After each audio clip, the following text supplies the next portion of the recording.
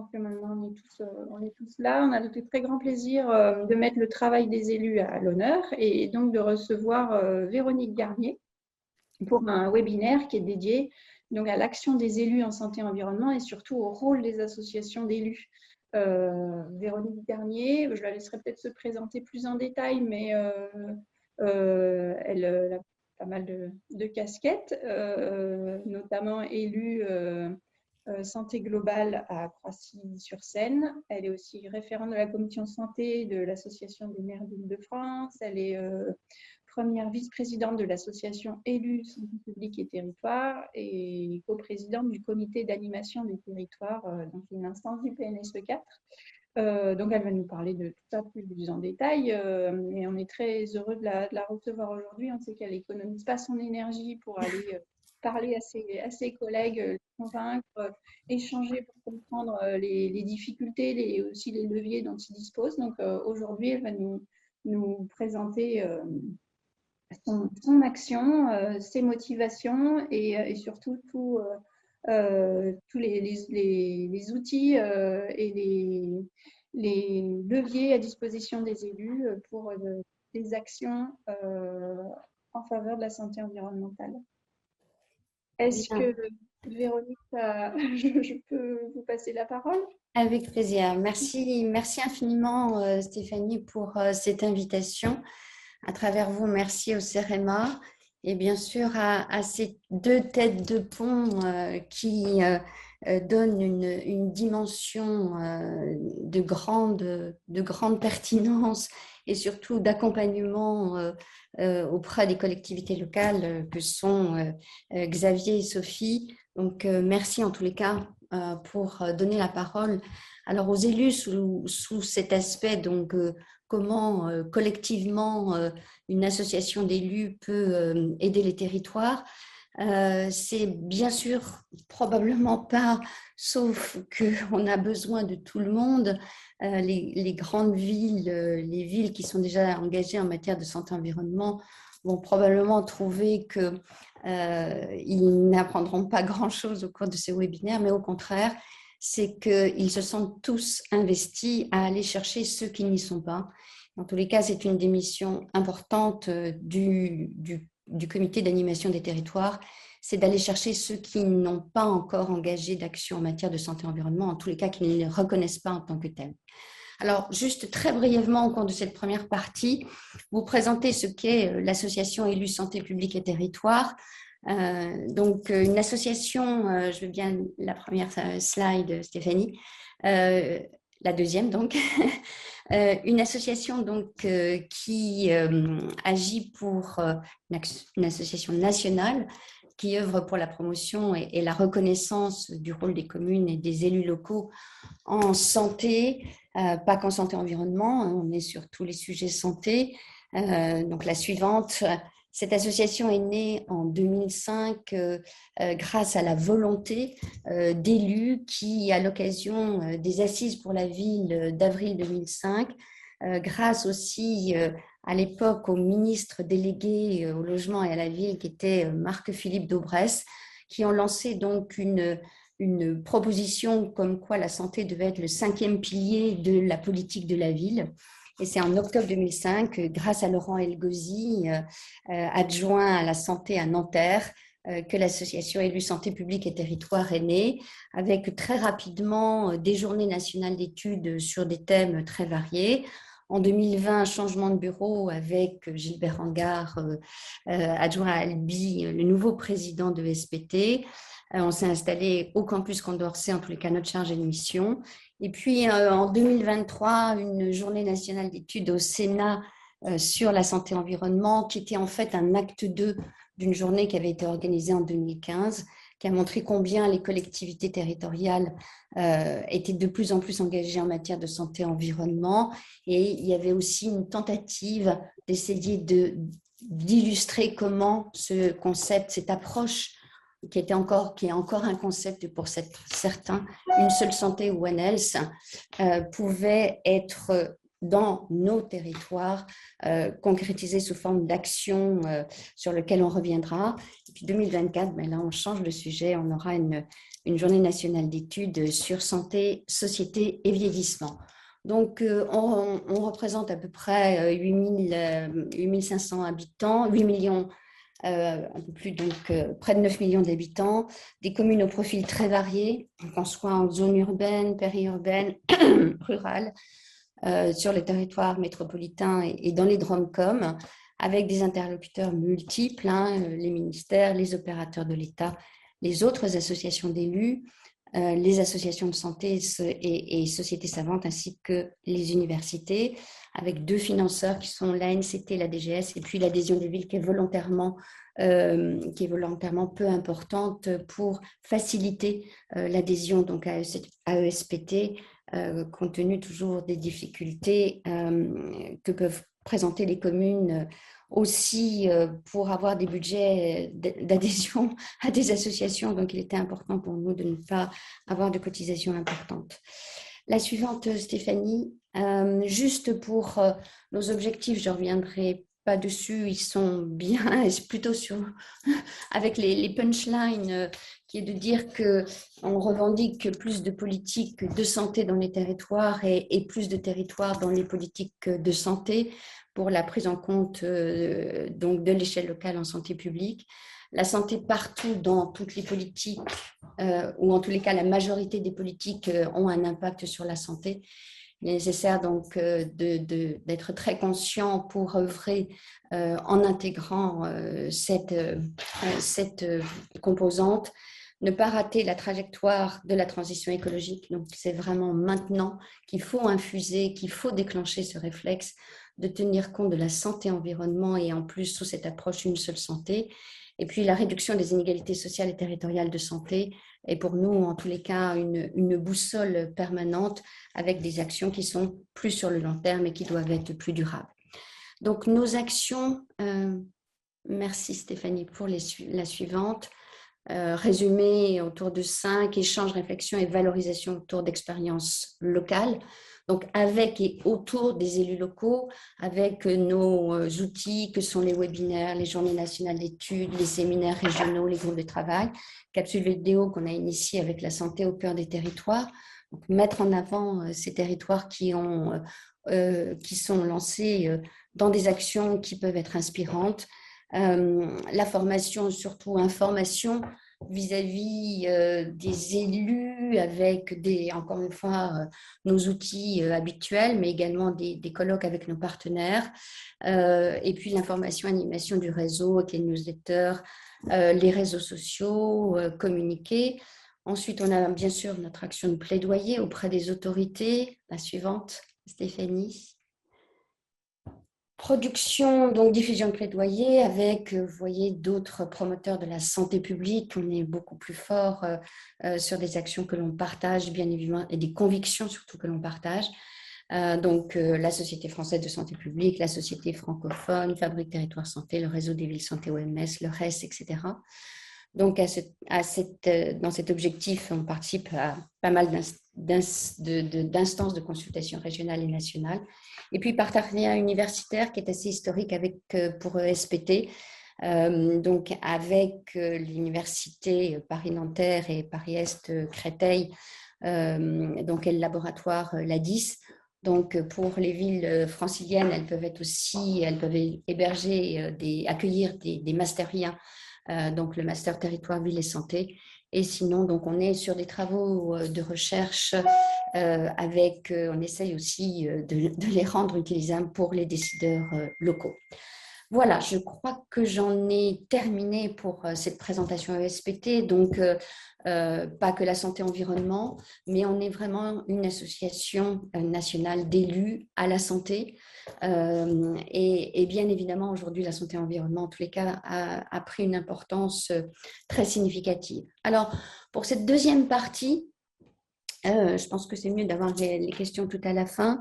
Je vais essayer de répondre donc aux questions qui étaient posées dans ce webinaire, dans ce cafinaire. Ce terme est en plus what else. Je trouve que c'est vraiment un choix extrêmement pertinent.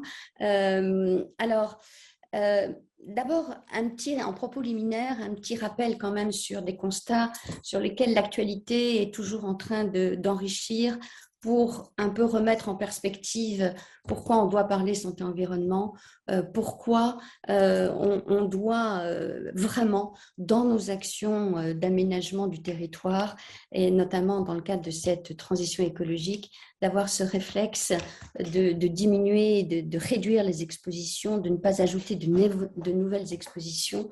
Et donc, c'est important de rappeler que la prise en compte des déterminants environnementaux de la santé, ce n'est pas une nouveauté aujourd'hui, même si on le lie à la transition écologique, mais ça doit être un des moteurs de la transition écologique. Ce qui fait écho à une récente tribune dans Le Monde du directeur général de l'OMS, Tedros Adhanom. La santé est la première raison qui doit nous pousser à agir sur le plan écologique. Et quand on voit encore le dernier avis du comité de veille et d'anticipation des risques sanitaires, l'avis du 10 avril, où il est vraiment rappelé, enfin pas rappelé, où il y a une alerte quand même sur le risque de zoonose et d'arbovirose, donc les principaux risques sanitaires à court terme. Quand on regarde le cas de dengue, les cas de dengue déclarés, donc uniquement déclarés, on a depuis le début du siècle, depuis le début du 21e siècle, multiplié par 8, et près de 130 pays aujourd'hui sont concernés par des épidémies, par une épidémie de dengue. Alors, pour répondre à la première question, comment les élus peuvent démultiplier les actions de santé environnementale dans leur territoire? Avant de les démultiplier, il faut déjà les initier. En dehors de toute forme de contractualisation avec l'État, sur laquelle on reviendra, les élus à la santé, pour pouvoir initier, doivent relever un certain nombre de défis. Alors, ces défis, d'abord, c'est sur la compétence santé. Souvent, certains maires et certains élus croient que le fait de ne pas avoir de compétences en matière de santé au sens large, mais probablement la santé-environnement est le meilleur moyen de faire rentrer la santé au sens plus large au sein des politiques publiques.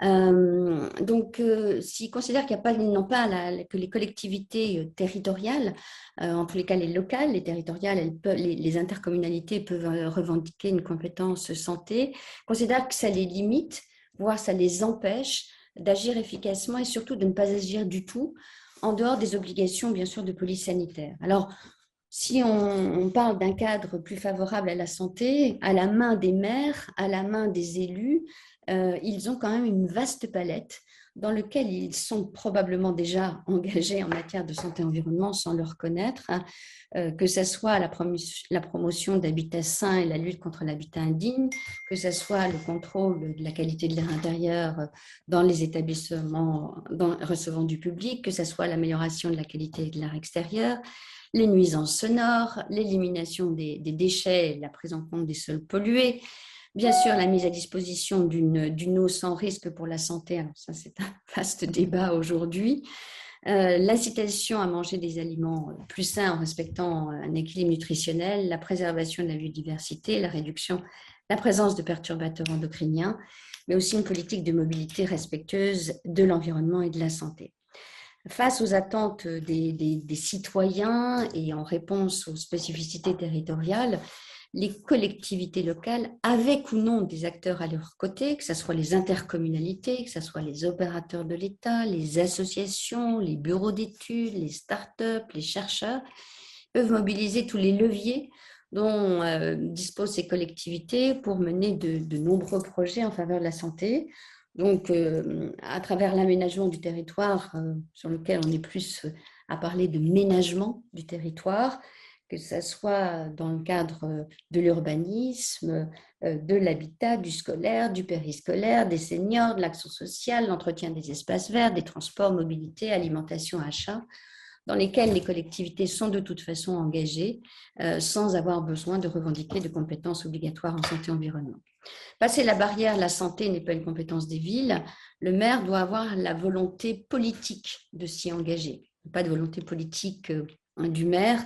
L'élu à la santé aura beaucoup de difficultés à mener des actions sous la bannière santé-environnement.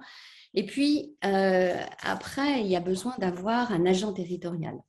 Que ce soit un quart d'agent, 20% d'agents, 30% d'agents.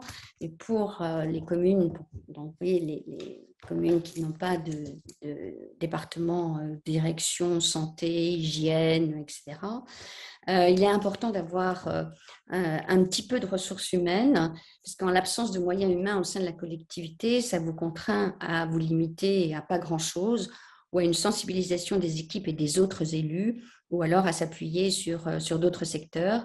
Les agents territoriaux, donc en moyenne plus jeunes que le collège des élus, sont plutôt facilement convaincus, mais ne pas oublier également la possibilité d'accueillir des stagiaires. Et puis, comme l'a rappelé le ministre Béchu récemment, il y a aussi le service civique pour lequel les communes peuvent proposer, en tous les cas, d'accueillir des jeunes souhaitant effectuer leur service civique, ce qui n'est pas à négliger pour pouvoir avoir des ressources. Après, le financement. Souvent, on dit, bah, ce n'est pas trop nos compétences, moi, pas d'argent pour la santé environnement, mais ce n'est pas uniquement des subventions. Ça peut être aussi l'accompagnement par un expert, par un pool d'experts, répondre à des appels à projets, des appels à manifestation d'intérêt. Le nombre de subventions en matière de santé environnement est important. Mais là aussi, il faut quand même des ressources humaines pour répondre aux dossiers de subvention ou aux AAP, en tous les cas, aux AMI, qui sont de plus en plus compliqués et il faut aussi les repérer. Donc, comment les associations d'élus, ça fait partie en tous les cas de nous AESPT, on partage tout ce que l'on voit passer en matière donc de propositions d'accompagnement ou de subvention. Et le CEREMA fait partie des opérateurs qui proposent pas mal de choses en tous les cas, indépendamment même des villes CEREMA. Donc, si on reprend une loupe au niveau national, les dépenses annuelles en santé-environnement des différents acteurs seraient un peu supérieures à 6 milliards, dont environ 66% à la charge des collectivités territoriales. Donc ça, c'est quelque chose qui n'est pas très connu. C'est que près de 4 milliards, alors en sachant que l'évaluation budgétaire, on verra pourquoi c'est quand même assez compliqué, hein, ça c'est un rapport de l'IGAS de 2022, donc près de 4 milliards sont pris en charge par les collectivités territoriales, un peu moins de 30% à la charge de l'État, avec des crédits très morcelés, puisque ça repose sur une évaluation de 28 programmes budgétaires, et c'est à peu près 0,3%, avec probablement c'est minoré, mais en tous les cas, c'est quand même l'ordre de grandeur, 0,3% des dépenses du budget général, avec principalement les missions agriculture, recherche et écologie, et la mission santé pure et dure, en tous les cas, elle n'est que 6%. Et si on regarde, donc après, il reste aussi les 3% qui sont à la fois financés par la sécurité sociale, hein, dans le cas de la prévention des maladies professionnelles, et le financement de certaines agences de sécurité et du fonds d'intervention régional des ARS. Et quand on regarde le fonds d'intervention régional des ARS pour couvrir le budget santé-environnement, donc des PRSE notamment, c'est évalué à 40 millions d'euros en 2021, ce qui fait que c'est moins de 5% de l'enveloppe réservée pour les dépenses de prévention des ARS. Donc, le compte n'est pas forcément bon et il y a en tous les cas une marge de progression pour couvrir les budgets de santé et environnement. Et quand on regarde ce que l'IGAS également avait évalué, donc le coût des effets sanitaires d'un environnement dégradé au niveau France, ça représente 7,5% du PIB. Donc on voit que, encore une fois, on n'est pas encore dans un cercle vertueux. Alors, au sein de cette boîte de Pandore qu'est la santé-environnement, parce que ce n'est pas non plus toujours très simple, et puis il y a des actions des villes qui, même si elles ne sont pas reconnues au titre de la santé-environnement, sont néanmoins engagées. Donc, les associations d'élus, c'est aussi de se dire comment on est souvent interpellé par des communes qui veulent s'engager, par des élus qui veulent s'engager et qui nous disent par quoi commencer. Nous, on recommande en tous les cas de commencer assez, parce que finalement, ça n'est pas complètement engageant, pas besoin d'un budget au départ pour initier, mais de s'intéresser à la lutte contre les perturbateurs endocriniens, notamment en signant la charte des villes et territoires sans perturbateurs endocriniens. Et puis les élus, donc pour les aider, il y a beaucoup de mises à disposition de webinaires des opérateurs de l'État, des associations, des MOOC, etc. C'est devenu, il y a quand même beaucoup, et grâce à la Covid, tous ces webinaires sont gratuits et permettent vraiment, en tous les cas, de se sensibiliser, de se former, de s'informer, mais ça ne donne jamais une approche globale ou priorisée.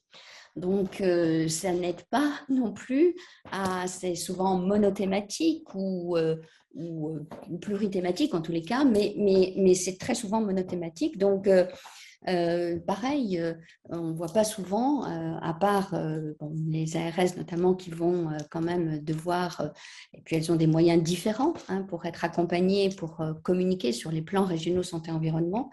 Mais il n'est pas simple, en tous les cas pour les collectivités locales, de savoir qu'il y a un plan régional santé-environnement et que ça donne quand même une orientation sur les priorités régionales dans lesquelles il est important de s'engager, de la même façon que les subventions ne sont pas fléchées en respectant ces priorités régionales. Et il y a là encore une marge de manœuvre et surtout d'amélioration pour que les PRSE soient beaucoup mieux connus au niveau des territoires. Alors vient aussi la question de la nature des données. Est-ce qu'on peut partir comme ça sans savoir quel est vraiment le besoin de son territoire? Est-ce qu'on fait un diagnostic territorial en matière de santé-environnement? Comment on accède à ces données? Comment on interprète ces données? Quelle ingénierie? Quelle méthode? Donc tout ça, les associations, les opérateurs de l'État sont aidants pour aider aussi les communes à savoir où aller chercher ces données, à savoir quels référents on peut avoir auprès des opérateurs de l'État pour aller très rapidement à avoir un accompagnement. Et quant à la recherche, alors en dehors des grandes villes, il n'est pas intuitif de savoir qu'il y a des études qui sont menées sur son territoire, s'il y a un intérêt à y participer, comment contacter les chercheurs. L'interprétation correcte des données, aujourd'hui, je pense qu'il y a beaucoup de villes qui ont mis en place des capteurs de l'air extérieur, capteurs de l'air intérieur, capteurs de bruit. L'interprétation des données, il faut faire aussi très attention. Il y a beaucoup de startups qui vont frapper à la porte des collectivités, qui sont convaincus de la mise à disposition de leurs outils, mais qui n'ont probablement pas toujours, enfin en tous les cas certaines, l'entièreté du contexte dans lequel elles doivent aussi accompagner les collectivités, c'est-à-dire que c'est un peu des produits qui ne répondent pas forcément à un besoin territorialisé, et l'interprétation des données, vous êtes finalement assez peu accompagné. Donc on peut dire beaucoup de choses derrière des données, et après, est-ce qu'on interprète correctement? Il ne faut pas considérer que c'est aussi simple que ça, de mettre sur sa commune des outils de mesure d'un certain nombre de paramètres dans le cadre de la décarbonation, de la transition écologique, etc. L'interprétation des données ne doit pas être négligée. Donc, quand on parle de méthode, un axe majeur est la dimension de co-construction avec ses habitants, avec ses associations, voire des élus de l'opposition. On peut considérer quand même que la santé-environnement, la santé en général, est plutôt un sujet transpartisan. Alors, les moyens requis ne sont peut-être pas à la hauteur de tous les opposants, mais en tous les cas, le sujet est un sujet transpartisan. Alors, dans la participation des habitants, elle est quand même de plus en plus importante, ce qui vous permet aussi de parler des projets et d'avoir une adhésion déjà de la population plus importante, notamment si vous menez des évaluations d'impact sur la santé. Les ateliers avec la population sont absolument très importants, voire obligatoires, mais pas uniquement dans le cadre des évaluations d'impact sur la santé. Au prisme des inégalités territoriales en santé, on ne peut ignorer qu'elles sont aggravées sous les déterminants environnementaux, et ça nous réinterroge sur leurs causes et sur la manière plus efficace de les réduire, avec une nouvelle alerte qui est finalement la création de nouvelles inégalités sociales et territoriales de santé en matière environnementale entre des collectivités qui sont extrêmement engagées avec des programmes plus qu'inspirants et des collectivités pas du tout engagées. Donc, il faut être très conscient et que probablement certains maires, en tous les cas, à l'échéance des prochaines élections, devront bien faire attention que ces sujets-là aujourd'hui sont quand même portés de plus en plus par la population. Mais on voit aussi que tout le monde n'est pas au même niveau. Il faut faire très attention à la façon aussi dont on accompagne les projets parce que tout le monde n'est pas sensible aux mêmes choses et n'est pas au même niveau de comprendre l'impact que ça peut avoir sur sa santé. Donc, ça n'est pas toujours aussi simple. Et puis, la santé-environnement, c'est synonyme d'intersectorialité, ce qui n'est pas consubstantiel au fonctionnement des collectivités territoriales, que ce soit entre les agents, chacun dans son précaré, que ce soit entre les élus. Et par essence, la santé-environnement, ça oblige, et c'est un grand privilège de travailler en transversalité et de s'enrichir des connaissances et des expertises croisées. Alors, pour compléter ce tableau des défis de suivi, il faut parler de suivi des actions, de communication auprès de ses habitants et en intégrant une démarche qui est plus timide, qui est l'évaluation des politiques publiques, de ces politiques publiques. Comment s'assurer que les actions, l'idée en matière de santé-environnement aussi, ce qui est vertueux, c'est qu'il y a bien sûr un impact collectif des actions qu'on va mettre en place, mais il y a d'abord, souvent en tous les cas, pas toujours, mais un impact individuel. Mais il faut aussi que les actions que la commune met en place, elles soient, pour un certain nombre d'entre elles, aussi mises en œuvre par les habitants eux-mêmes. Si vous communiquez, vous faites vos campagnes vis-à-vis des chenilles processionnaires et que les habitants dans leur propriété, dans leur jardin ne font rien du tout, vous n'allez pas avancer. Ce n'est pas uniquement en faisant au niveau de la commune que vous réussirez dans la mise en œuvre de ces mesures. Donc, quelles données sont à partager? Comment rendre l'information compréhensible et robuste tout en étant vulgarisée?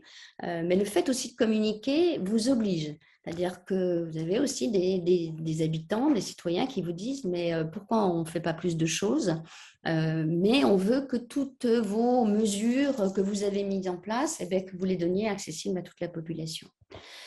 La montée de la préoccupation citoyenne face aux enjeux environnementaux, elle implique une responsabilité nouvelle des pouvoirs publics.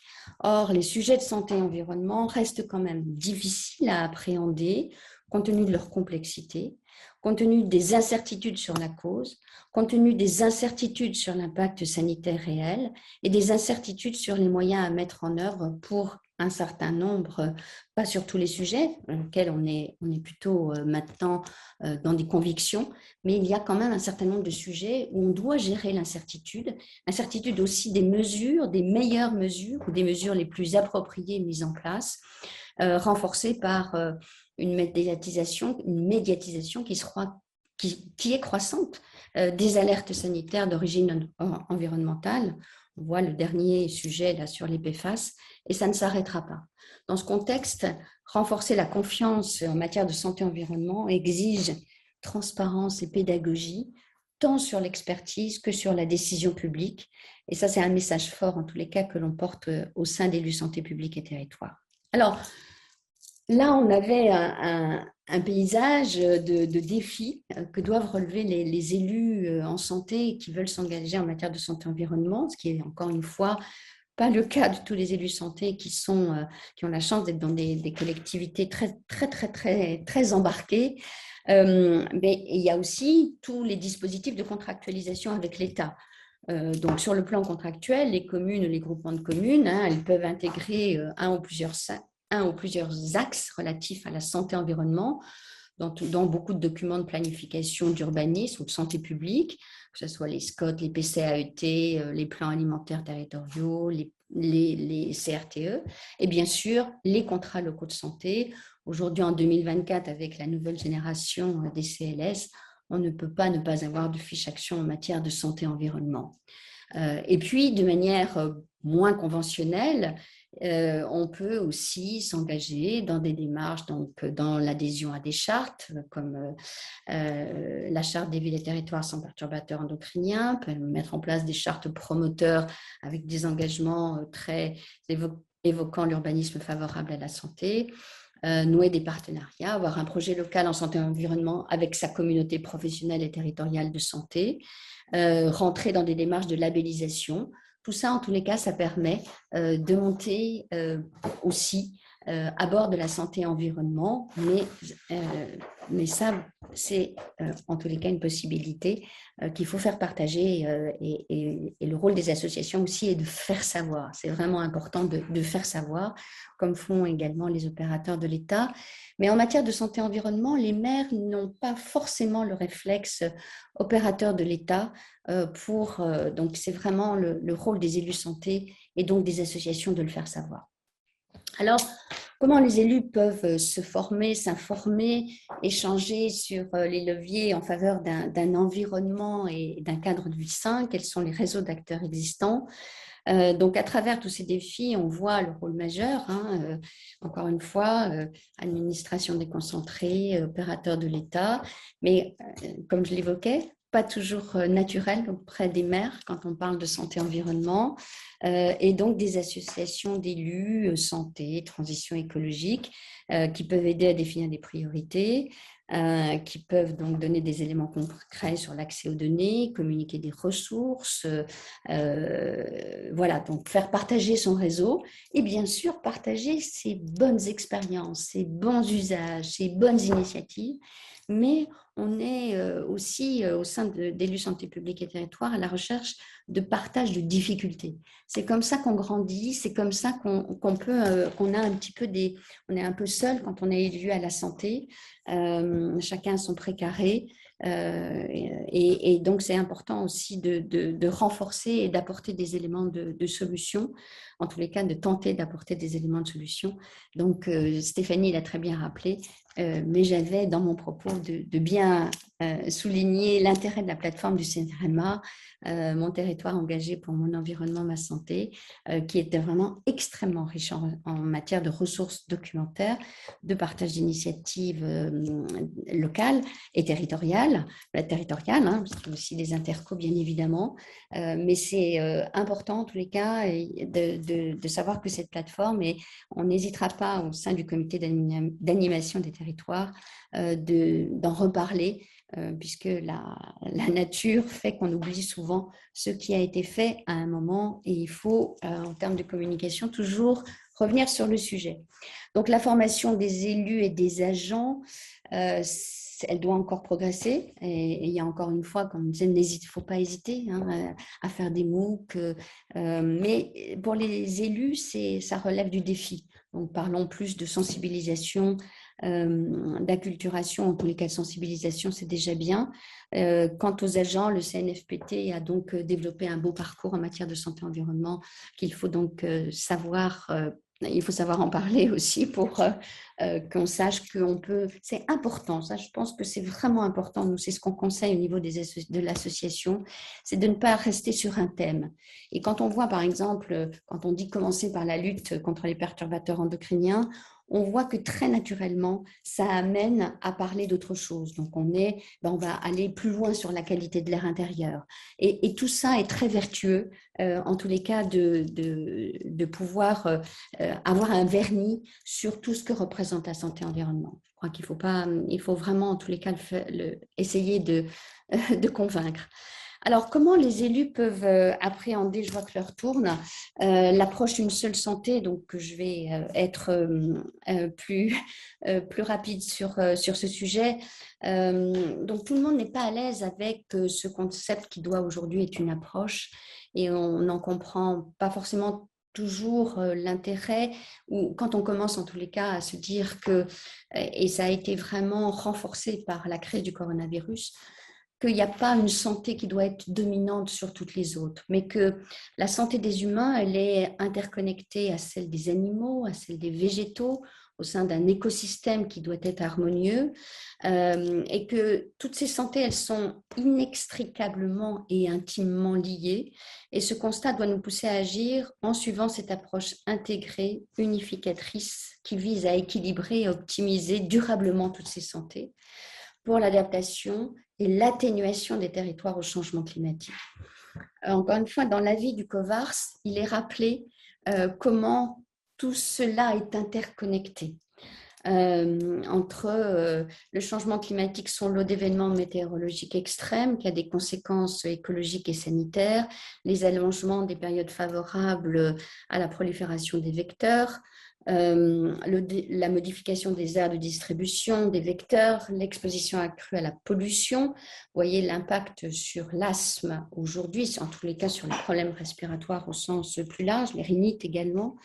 Donc ça devient un vrai sujet de santé publique absolument majeur. Et quand on regarde par le prisme simplement de la santé-environnement, on ne parle pas de l'impact sur le système de soins, sur la consommation de soins, sur l'inconfort des malades et en tous les cas sur l'asthme, sur les problèmes respiratoires, sur les allergies respiratoires. On a un enjeu qui est extrêmement important. On ne peut pas mettre dans les villes, contribuer à renforcer, à avoir des essences avec des pollens très allergisants, alors que tout est fait pour que les périodes soient plus importantes, que les pollens soient plus allergisants. Donc ça, c'est vraiment des choses sur lesquelles on ne peut pas dire « je suis engagée en matière de transition écologique, j'ai revégétalisé mes cours d'école, je mets des arbres partout », sans même savoir que certains arbres, en tous les cas, sont extrêmement délétères pour les risques allergéniques. Et puis on sait que tout ce qui est tous les systèmes biodiversifiés, ils sont plus robustes. Il n'y a pas toutes ces espèces exotiques. Ils sont plus robustes en tous les cas à tout ce qui est le risque d'épidémie. Donc tout ça est lié. Tout ça est lié. C'est vraiment quelque chose. Donc c'est pensée globale pour agir local. Comment? Alors en tous les cas, concevoir une approche intégrée de cette interconnexion de tous ces systèmes de santé, finalement, ce qui doit être exemplifié en matière de une seule santé, c'est de créer des conditions opérationnelles de l'interdisciplinarité. Le gold standard de l'interdisciplinarité, c'est le One Health, c'est une seule santé. C'est le gold standard.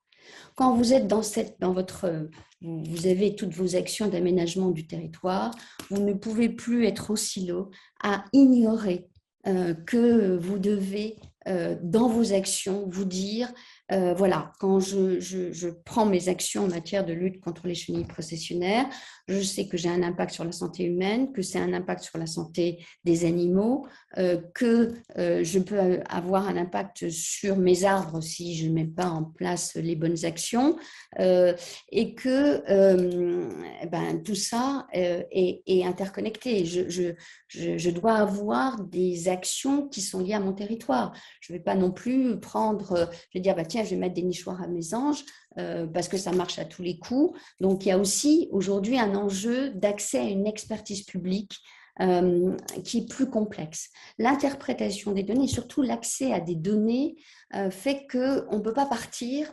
on prend des territoires où les nichoirs, les mésanges, elles n'en ont rien à faire des chenilles processionnaires parce qu'elles sont largement gavées par autre chose. Donc, ce n'est pas une bonne action. Donc, tout ça, ça amène des réflexions, ça amène le besoin aussi de savoir se faire accompagner et surtout d'évaluer ces politiques publiques. Quand on voit que ça ne marche pas, mais il faut se donner les moyens de suivre en matière de santé-environnement. Donc, les plans alimentaires territoriaux, ce sont des très bons exemples de mettre des actions en une seule santé. La lutte contre les moustiques tigres, ce sont des très bonnes actions où on doit réfléchir et on doit en tous les cas avoir toujours cette approche. Donc, ça n'est plus un concept. Mais c'est vraiment, et puis il ne faudra pas oublier que les actions très concrètes, ça peut être aussi de s'inscrire au prochain module de l'Institut One Health, qui va ouvrir donc ses formations à partir de juin 2024 pour les décideurs privés et publics. Alors, je crois qu'on a, voilà, je vais bientôt m'arrêter, Stéphanie. Je voulais bien sûr rappeler le plan national, mais vous l'avez très bien fait, et les plans régionaux santé-environnement qui sont en train d'être déployés. Que le rôle, en tous les cas, du comité d'animation des territoires avec une pression importante et d'aller chercher les territoires qui n'y sont pas. Donc, vraiment, il faut que tous ceux qui sont engagés, en tous les cas, soient des ambassadeurs auprès de ceux qui n'arrivent pas à s'y mettre ou qui ne sont pas convaincus ou qui ne sont pas informés du tout. Et vraiment, le fait d'avoir des cafinaires de la qualité que vous mettez sur des sujets très variés est vraiment, en tous les cas, un dispositif d'intérêt. Et je vous remercie en tous les cas de m'avoir donné la parole, d'avoir permis aussi de montrer que les associations nationales d'élus, notamment autour de la santé, ont un rôle à jouer pour mobiliser tout le monde. Merci infiniment. Merci beaucoup Véronique. Merci. J'ai vu les caméras qui s'allument. Vous aviez Sophie Cariou et Xavier. Ils sont bien sûr là, ils sont à la manœuvre sur ces sujets-là. Donc merci beaucoup. Je suis très impressionnée par votre capacité à remettre en cohérence ce sujet très, très complexe, à faire du lien entre les différents enjeux perturbateurs endocriniens, qualité de l'air intérieur, entre changement climatique et santé humaine. C'est tout à fait sur cette approche qu'on travaille et qu'on fait témoigner des collectivités. On va laisser un petit temps d'échange et de paroles, de questions pour les participants. Et justement, je vous donnerai à la fin un exemple sur notre prochaine intervention qui est justement tout à fait dans cet esprit-là. La mairie de Strasbourg, Eurométropole de Strasbourg et les cours d'école qui sont vraiment partis d'un sujet très changement climatique pour arriver à un changement One Health, et ce sera l'objet de notre prochaine intervention le 17 mai, mais je vous en reparlerai après. On va déjà prendre les questions.